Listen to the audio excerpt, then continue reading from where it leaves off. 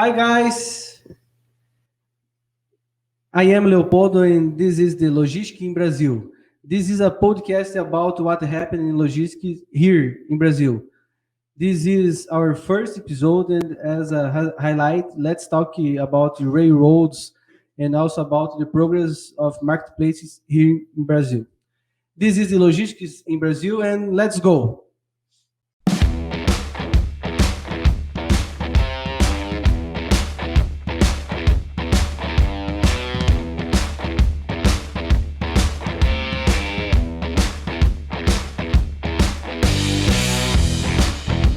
Before to start, I need to introduce you to this team.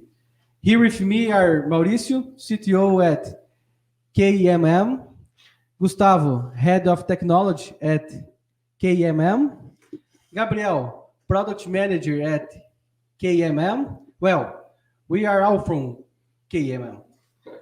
Erva, Account Manager, and Esteban, Account Manager. Let's go. Government allow private sector to build 2087 miles of railroads. Gustavo, what do you think of this?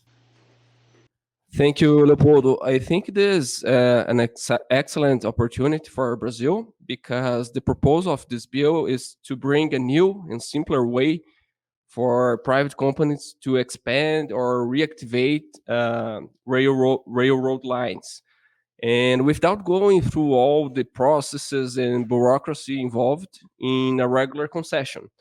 And it's worth to remember that this model is already adopted in the US and it's called short lines.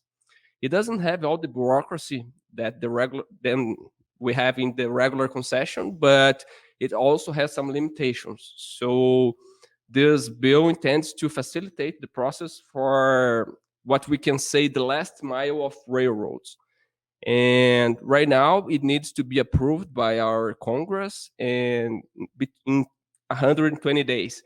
If not, it's going to have to wait for next year. But besides that, we also have to contextualize our listeners to Brazilian's railroad that its size it's about 30,000 kilometers and compared to US, which is 300,000, it's 10 times less. But this bill itself could increase our capacity in 10%. So I hope that goes forward and that we have excellent results from that.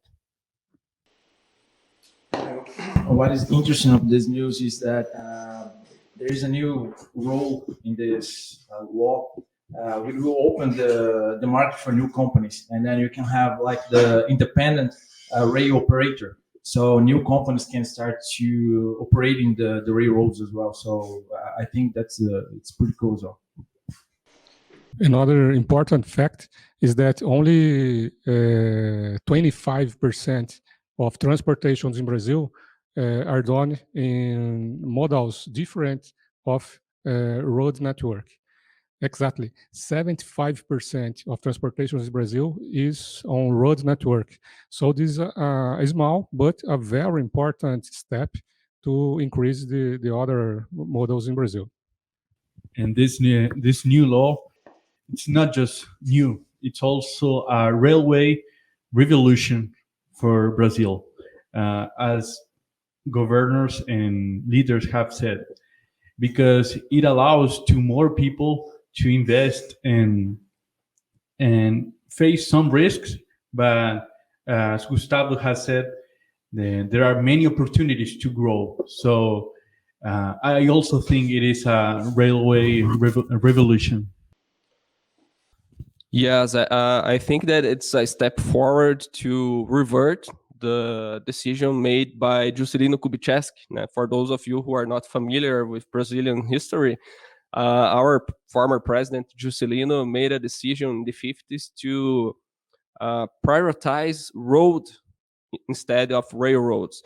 It was a short-term vision that intended to accomplish their plan to grow 50 years in 5. But right now we are suffering some sort of consequences of this decision because It was not meant for the long term. Now Brazil needs to increase and improve its infrastructure so we can support our growth in the future. So that's it. Good. Any more comments? No? Go to the next news. Truck drivers strike. This is happening now. Have you heard about this?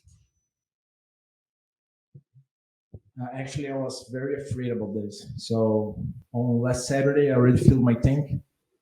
So I'm fine now because there is huge lines in the gas station right now. So I was afraid of that, but I believe it's getting like weaker right now. So it really started on September 7th, and it started with a protest. So a lot of truck drivers started like making protests. I think they don't even know that there were a lot of things that they were claiming about. So I think after some decisions and some speech from the president, they will start to get a little bit weak, the protest. And I don't think it will become like a huge strike like in 2018. So I think it's going to be smaller than that year. So I'm less afraid right now. Yes, the strike of 2018 generated panic in many economic sectors in Brazil. There was missing food in supermarkets, gas in gas stations, and almost everything was stopped in Brazil. This time you had only actually just some lockouts and not a strike. And that's it. I think on next week, everything will be normal in Brazil again. Yeah, I think it was an attempt of a strike, right? And I was looking for some data here, and it is incredible how Brazil depends uh, on the road, on the highway and trucks, because Brazil depends. Well, 75% of everything that is produced here in Brazil is transported through highway. So it's a huge amount of money and products and services that I think it's normal to be worried about. So yeah, in 2018 we had the experience that the strike, that it was very severe, but well, happily, I think it is an attempt of a strike, but fortunately nothing happens. Yeah, and this is completely understandable why we are afraid about this strike, because when we had a strike in 2018, the impacts that we had 2 years ago, two years and a half ago, it's still very fresh in the people in my thoughts, and this we saw this in 2018.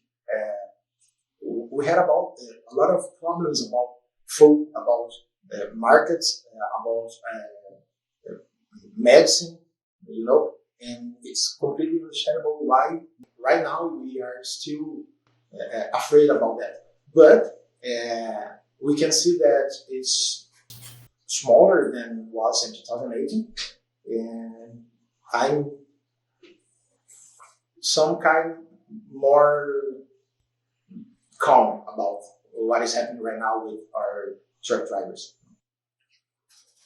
Yeah, I think there are some difference from 2018 strike. Back then, they were asking for a reduction in diesel prices, and this time it's a more confused and controversial agenda because it's not very clear for uh, almost everyone what they are asking about. So I have searched for some reasons, and one of them would be the impeachment of ministers at the Supreme Court. Another reason was to addition of the printed vote in the next elections, and also freedom of speech.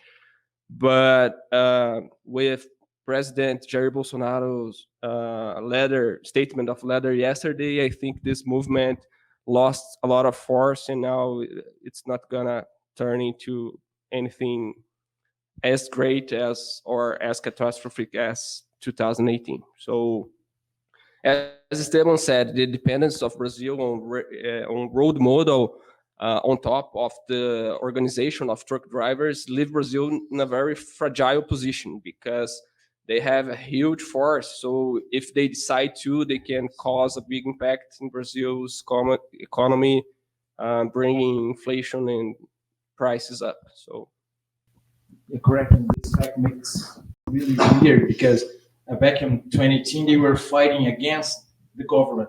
So now they are fighting along with the government. So, but Jair Bolsonaro said that it's affecting the economy.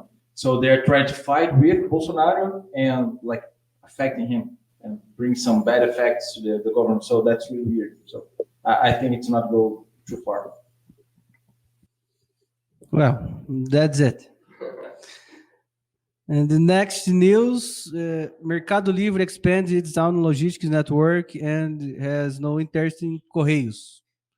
Mauricio, what do you think of this? First of all, we need to speak a little bit of what is Mercado Livre. Mercado Livre is the biggest marketplace in Brazil.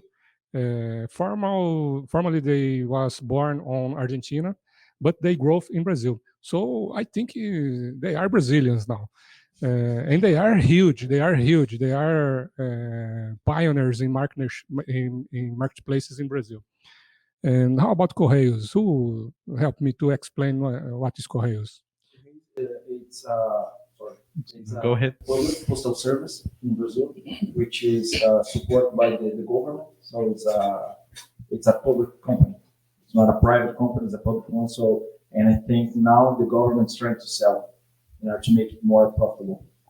Yes, and Mercado Livre is doing a huge move this year, investing about $2 billion in their own network to distribution of products. So they are not interested anymore in the assets of Correios that will be privatized next year. Perfect. And they were planning to invest 10 billion reals. I think it would be $5 billion related to logistic and their own operations. And that is something, a huge amount, a huge value to them. They are working and they are focusing on being agile and fast for their customers. So I was reading that they will be opening 2 distribution centers. One is running this year and the another next year. And the company wants to finish this year with 8 distribution center across the country and 18 transfer center cross docking. And they have a clear strategy to grow and to grant to the customers all the experience and the agility that they could provide. So I think they are growing really fast. it seems that they have been able to handle the problem themselves because they have invested so much money. They are able to deliver in one day in more than 2,000 cities in Brazil. More than 90% of their deliveries have been done using their own logistic networks. So this led to a lack of interest in trying to buy Correios, which is the Brazilian post mail service. And I think that the question is now who's still left to interested in buying Correios, right? Because Mercado Livre seems to be out of the dispute. One interesting detail is that Mercado Livre is faster than Amazon in Brazil. And Amazon is a potential interested in Correios on next year. And we always use US as an example of everything. And I believe that's not the only way for Correios to be sold for a private company, because in US, the biggest company coexists with the public postal service, which is the US Postal. So they are competitors in US. So even in US, you have the famous couriers coexisting with the public postal service. So I think there is some way for Correios to become profitable, even though they keep being public. And the next news. Natura wants to deliver products by drones in 22. Wow. Wow. Wow. But first of all, wow. First of all, I guess that we need to explain what is Natura, right? Natura is the biggest cosmetic company here in Brazil, biggest. And this move is important because showing they are still hungry to grow. You know, the main goal with the drone transport is from distribution center to store and store to store. You know, and this is gonna happy. It's gonna be happy with the Speedbird with partnership with the Speedbird. It's a good example of how open innovation can be even a game changer or a good strategy to keep leadership. You know. Yeah, it is in fact a game changer for the way logistics are going to be done, especially when it comes to short distance or last miles. And the exceptional growth of e-commerce during the pandemic has pushed the bar higher for the companies in terms of quality of service and speed. So I think that delivery by drone will be a potential way to keep up with these demands of the customers that are each day more interested in speed and quality. And it is interesting that the drones will be able to pick products of 22 pounds or 10 kilograms. And wow, that is really weird to imagine. And they want their objective. It's very noble. They want to zero the carbon emission by 2030. So that is a challenging goal for them, and they want to improve also the customer's experience. Can you imagine a drone going down and deliver your product? It's something that it seems very futuristic, but it isn't. It is happening right now, so that's very interesting. Word is the drone will bring the drone police of technology, you know. That's gonna be cool. So, but on serious now, it's a very aggressive goal because I remember us talking some weeks ago in the podcast in Portuguese saying that DHL wants to use drones in Europe, and I think it's further down 2022. So it's very aggressive for Natura starting here in Brazil, delivering by drones before DHL in Europe. So it's a very aggressive goal. Very interesting, and I want to think from a different point of view. The partnership of Natura with Speedbird is called open innovation. I am a huge fan of digital transformation strategies, and open innovation is a very common strategy to be a game changer in many scenarios. But as Erva told, a good strategy to keep leadership also. So very interesting this move from a Brazilian company with a Brazilian startup doing open innovation on this way. That's it. Thanks, guys. You were special today. And I was an honor to have you here in the first episode. And bye.